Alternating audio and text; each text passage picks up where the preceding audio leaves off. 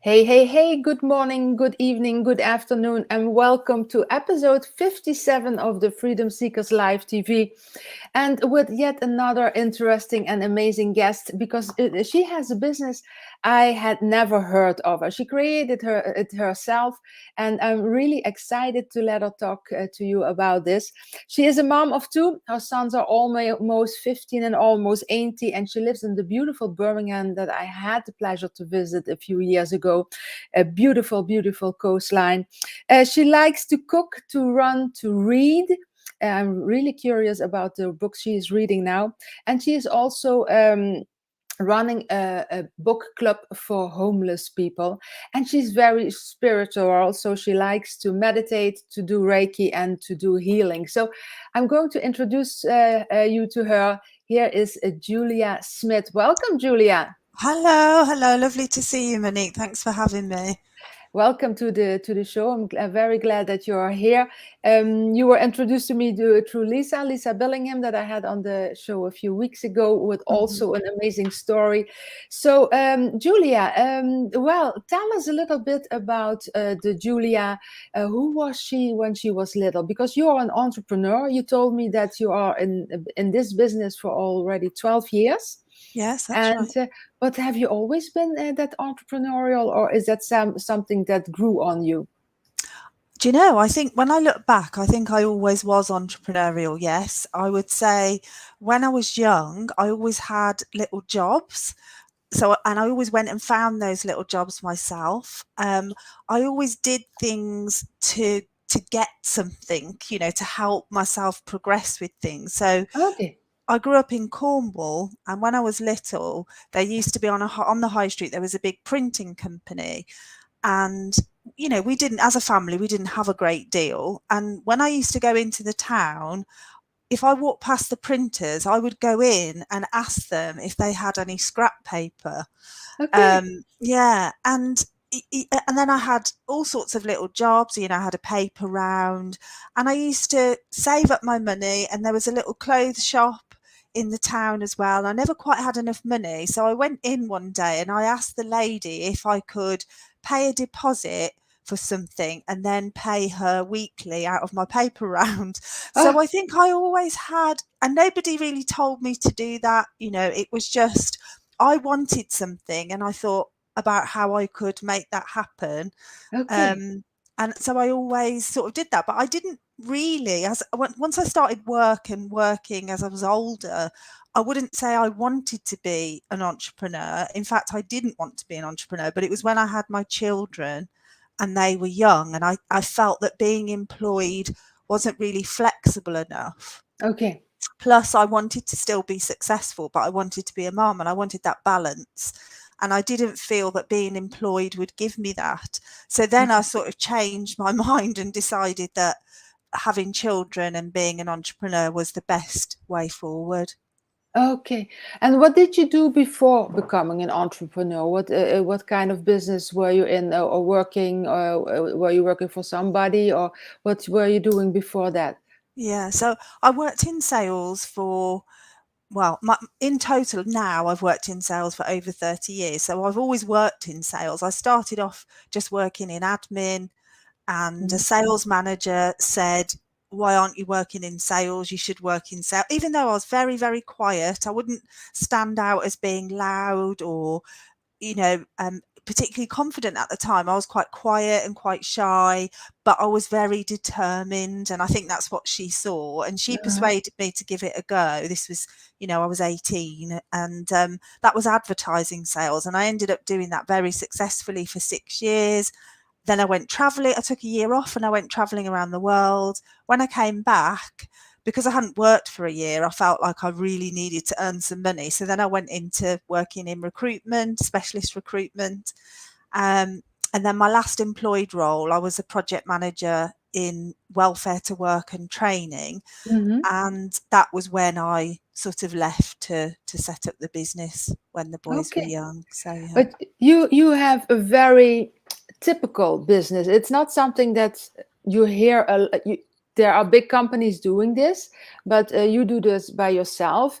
How did you have the idea to start up a business like yours? Yeah, so when I left my job, I took a sort of a year to try and think about what I wanted to do. And at the time I was married, I'm divorced now, but when I was married, my father-in-law at the time had a retail business, and he bought a bolt-on business to business franchise. But because Okay. he was a retail business, he didn't really have a way of generating customers on that side of things. So he asked me, because I wasn't working, would I do a couple of days a week of sales support, telesales and Yeah. lead generation for him. And, it had occurred to me that I could do that as a business, but I suppose part of me was resistant to that because I'd always worked in sales. I was trying to do something different. But once I got started working for him, I just kind of knew, this is the way forward. This is sort of what I'm meant to be doing. I've always done it. I know what to do. I know I can help people. And so it just went from there. And I went out, I started networking, and quite quickly got customers. Again, yes, I knew how to sell, but I didn't know how to run a business. In that year off, I'd done some study and I'd done some learning and put business plans together. But still, really, every day was a school day for a very long time. I had a lot to learn about running a business, and it was challenging. And, even 12 years on, there's still challenges. But now, and the business has had various iterations in that time. I've had a business partner, we've had offices, I've had staff. The pandemic did change things, we're now home working. It's just me running the business, but we're a team of 6, 50% employed, 50% freelance. And we're growing, we're growing now because businesses need support, and they don't all want to employ salespeople because it's not an easy thing to find a good salesperson. It's not easy to keep people motivated. It takes a lot of time if you've got employees doing that sort of work, and it costs a lot of money. So the business is growing now. So yeah, it's Oh, going wow. well. That is really entrepreneurial, because you created a business, something that out of necessity, Yeah. for your former father-in-law. Um, well, what you do is, if I understood it right, please correct me if I'm wrong. Um, you um, you search for leads for other companies, but you can be, like you told me before we are going live, you can have different hats for different companies, and you Mm. have to switch from one product or one company to the other, on every phone call, almost. Is that correct? You get a list, or you do research to find the leads that go with that company. Yeah. I mean, overall, what normally would happen is let's say a client would say, can you do 1 day a week for me? So you would set aside, say it's Wednesday, every Wednesday I'll work for that client. And that's what overall most of that day you would spend on that client. But of course, sometimes you might have emails coming from the other ones that you're working on. You might have a call come back from a message that you left earlier in the week. You might have someone who'd said for another campaign, can you call me on Wednesday? And the name of the game in sales is to speak to someone. So if you need to speak to other people and put a different hat on during that session, that's how you get success. You've got to be able to do that. And like I said, for me, I've done it for so long, it just feels normal. Some days, there's a lot of hat changing, and it can be challenging. And I think that's where the spiritual practice for me comes in and is very beneficial, having a strong spiritual practice of meditation every day, being very grounded and centered. That helps me to be very grounded about everything that happens, and just respond rather than react, and be calm, and do it slowly. And it does work, and it does take a bit of practice. It's like a muscle that you build, that because of use, I use it a lot. I'm very used to it, so it feels very natural for me to do that. Okay. And I wanted to ask a question, and now I forgot, but that's it will pop up again. But I can imagine that it took some time to get to build that business, because now you have 6 employees, have 50% freelance, 50% that you pay. How did you? When did you decide that you wanted to work with other people? Because for myself, I always say I don't want to have employees anymore, because it's a hassle, it's a lot of money. But when did you decide I want to do more? Is this the route that you are going, that you want to be working in your business yourself, or are you going to be more like you did before, managing, and then that the other people are working? Do you have an idea about that? Yeah, so when I started it, 12 years ago, when I started it, the plan was that I would grow it to a size where it was saleable. So which would absolutely have meant employees, team, offices, etc., etc. And what you don't realize when you start a business is quite what that means, and what it means to do that. And bearing in mind, when I started it, my children were around 6 and 3, something like that, so very young. And when they were 7 and 4, I became a single parent. So not only was I running a business on my own, my family don't live where I live. I live well away from any family. So I became a single parent, 2 young children, a young business. You don't realise quite how challenging that is to do all of that. So not saying that's negative, it's just the way it was. It's a lot of work. That's right. So I think probably around year 5, in terms of growth, we did see it become a little bit easier. But the pandemic sort of changed everything, in that just before the pandemic, we went to home working. During the pandemic, my business partner left, the last employee left. And at that point, I thought, right, I'm done with growing it. I don't want to grow it. I just want to stay. It's just me. I'll do the work. When I've got enough work, I won't do any more. I can earn very good money and I won't have any pressure. That's what will happen. And that was the plan. And then 12 months after that, it's just really gone crazy. And I've got so much work that I felt like one of my big philosophies and way to approach life is surrender is the highest spiritual path. And it's, whatever's in front of you, that's what you're meant to be doing, and don't push it to being something else. So I've sort of surrendered to the fact that, well, business keeps coming. I haven't tried to make that business appear, apart from being really good at what we do and really caring about the client's results. And I've not focused on growing Create, I've focused on growing the client's businesses. And the net result is we keep getting more business. And on top of that, people started showing up to do the work. So people started showing up needing work. So it was almost like the universe was saying, well, this is what you're meant to be doing. So I've just sort of gone along with it. And then my son, who will be 18 in October, he finished school, went to college to do A-levels and absolutely hated it, was really struggling. I could see emotionally he was very unhappy. And we talked about him leaving college and coming into the business and doing an apprenticeship as a salesperson. Whether he'll continue in sales or not, to me, isn't relevant. The point is, I knew if I brought him into the business, I could teach him about some of the tools that I've used that have changed me and my life, the transformational inner work, because that will be part of what he learns working with me. But obviously also being in sales, going to meetings, going networking, learning about the world and the businesses that are out there can only be a massive plus for him in his life. So it's almost like that. One of my favorite sayings is necessity is the mother of invention. And with bringing Jacob in, it meant that staying just as I am becomes less of an option. There's growth there.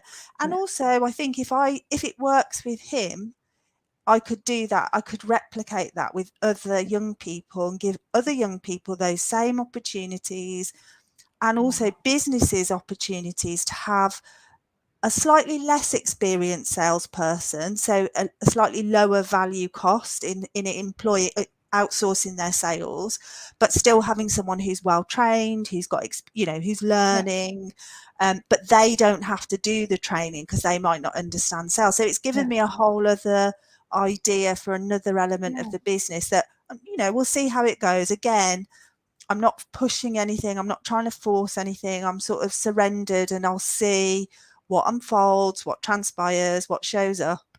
So yeah, growth is on the cards, but it will be down to the universe and how that works. Yeah. Isn't it funny that I'm learning this, because I was the pusher and the I don't give up even if it kills me, So and I was continue.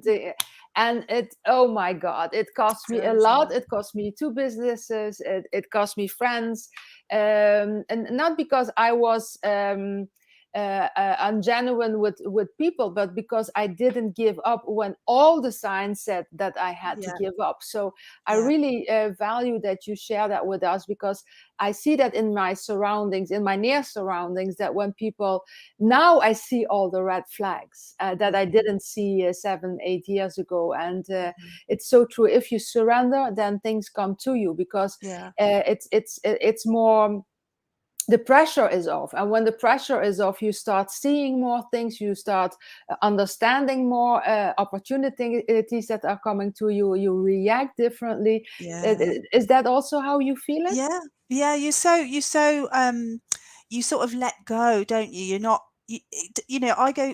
last week we went to a meeting with a very large company about selling our services. Now, I go to that meeting, whereas before, when I'd gone to that meeting, let's say I'd gone to that meeting 2 years, 3 years, 4, anything, it's say 10 years plus ago, I would have sat in that meeting and really, really wanted that business. Now, I'm not suggesting I don't want the business. I went to the meeting, I'd be very happy if we won the business, but I care more about, are we the right fit for this company? And can we deliver what they need? And if they decide not to work with us, I trust 100% that the universe is giving me what is right for me. So even if they do, that's right for me. And if they don't, that's also right for me. So I just don't have any real attachment to it. It doesn't mean I'll make it sound like, No, I'm I totally totally serene understand. about everything, but I'm not all the time, No, you still get challenges, don't you? And things, and you think, I don't know what to do with that. I definitely have those times, but I let go all the time of any attachment, because I know that whatever's showing up is a feedback loop, and it's showing me what I need to learn, what I need to let go of, what I'm meant to have, all those things. And I see it so differently, but I was exactly the same as you, but especially a salesperson, I was all about drive and results and determination, and and just wanted to ask you that. Have you always been like that? But when did that switch happen for you? When did you know that it wasn't the right thing to do, and how did you change that? I mean, that's been going on for years. So the beginning of transformation for me was 13 years ago, and my dad died really suddenly. And he'd been my best friend, really. I was 36 and he'd been my best friend really for about 20 years. And he died completely out of the blue. He was just before his 64th birthday, and it was such a shock.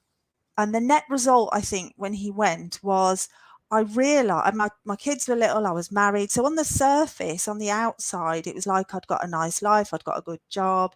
But when my dad died, I realised I wasn't really happy, and I wasn't doing things that made me happy. And I was accepting things that were less than good. I felt not very valued in certain things. And of course, I realise now it's because I didn't value myself.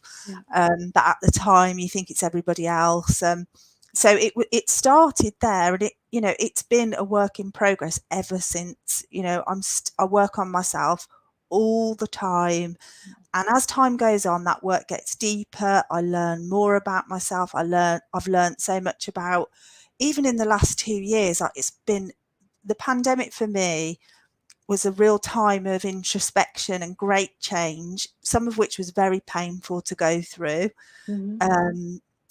But again, I had to accept it, and I used the tools that I'd learned to help me look at myself and look at, you know, the good bits, the bad bits, accept everything about myself.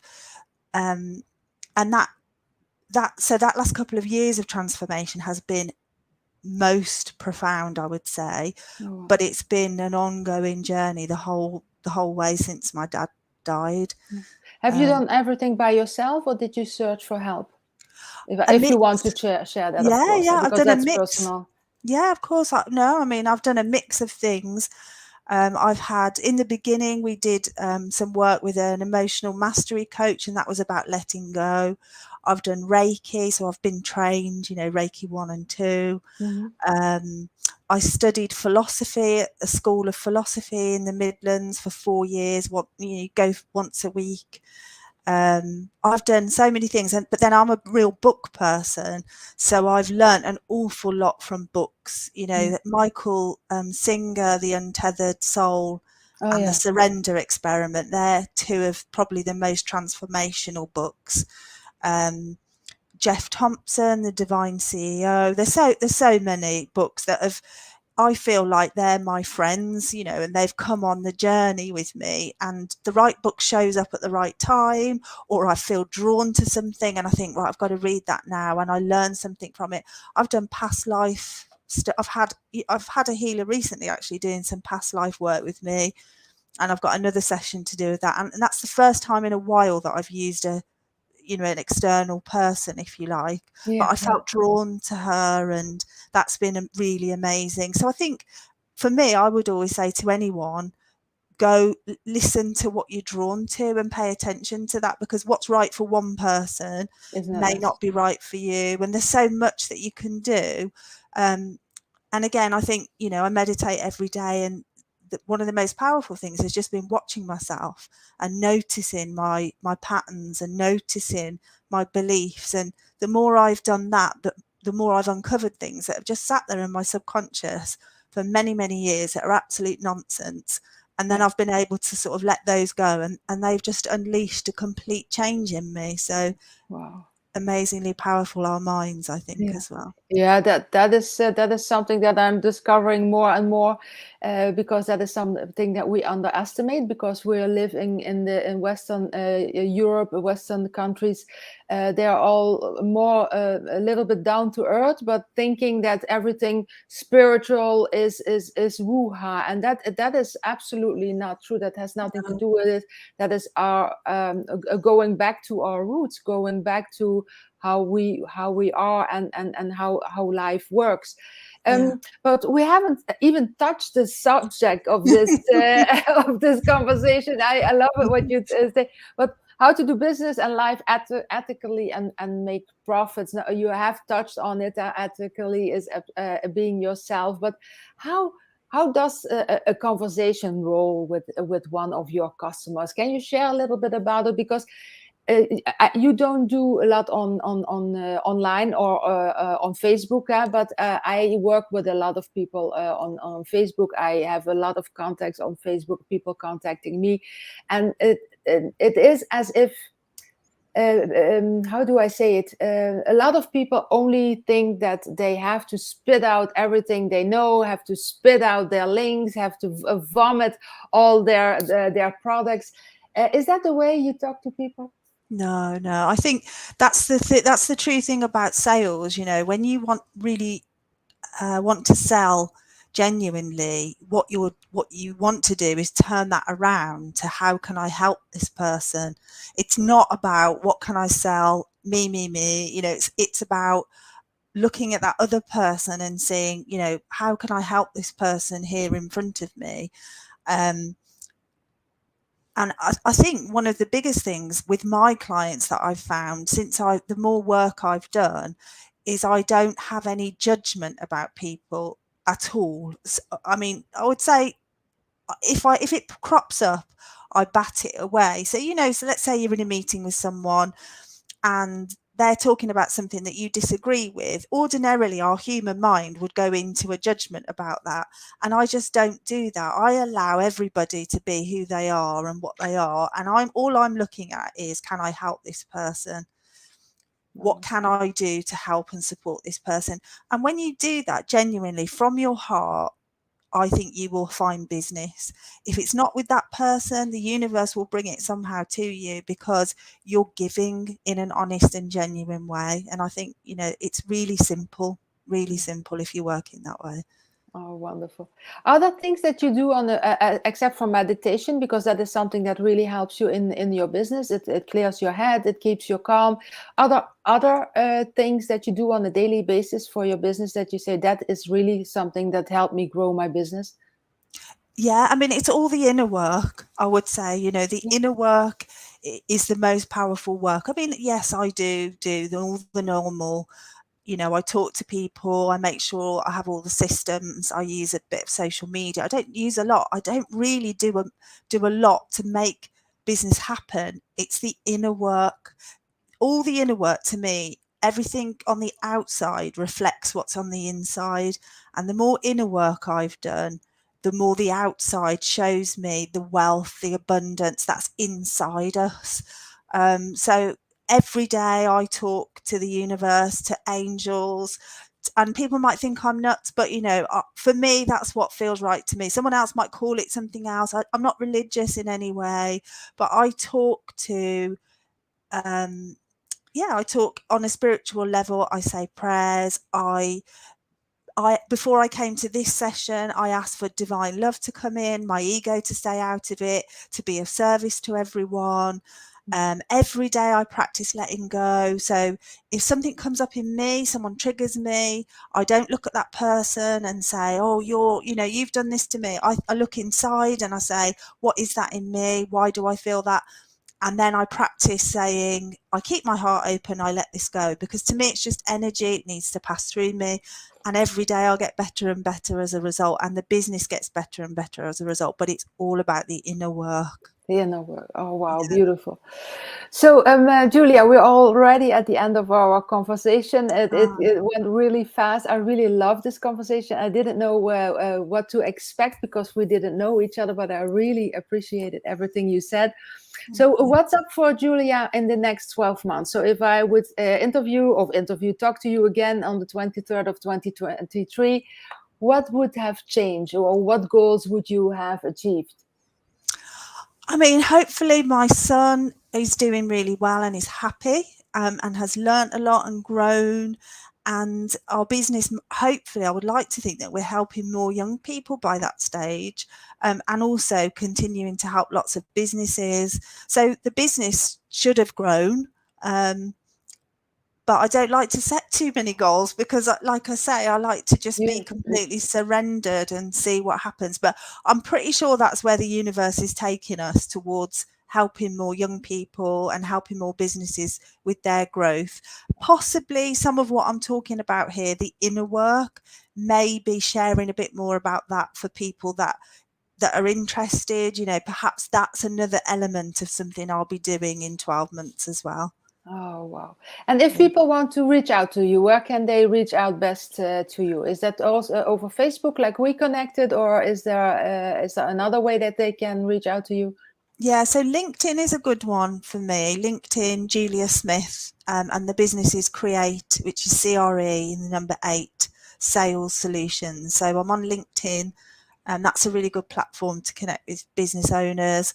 Obviously, yeah, I am on Facebook as well. And the website is createsalessolutions.co.uk. Okay, I will jot them down and put them in the description afterwards, so people can click on it and can go there. Well, Julia, thank you very, very much for this lovely conversation. I really loved it. I wish you all the best. I wish you lots more of natural and genuine stuff getting to you, but I'm convinced that it will. And have a great day. Goodbye to Birmingham. I won't be back there because it's really beautiful over there. Thank you, Monique. It was a pleasure. Thanks for your time. I really enjoyed speaking with you. Thank you. Bye-bye. Bye. Well, wasn't this a lovely conversation? I really, really liked the way Julia was talking about doing a genuine business, being genuine, staying genuine, but doing the inner work, because that is something that I think most of us need. We all have that inner voice that is telling us so many negative things, so many horrible things. If we would talk to other people like we talk to ourselves in our mind, then I don't think we would have any friends left anymore. So work on yourself, work on your inner self, meditate, ask for help for other people that can help you with this. Because if you are forcing too much your business or your life, the universe tends to put lots more struggle in front of you to slow you down and to take inventory of what you are doing. So let things go. Don't overthink too much things, and be genuine, be yourself, and then business will come to you automatically. So I will put in the links for Julia after this this conversation is over, this live is over, so you can click on it and you can go talk to her if you have questions for her. So for now, I wish you an amazing weekend, and we see each other next week in the next episode of the Freedom Seekers Live TV. Have a great weekend. Bye-bye.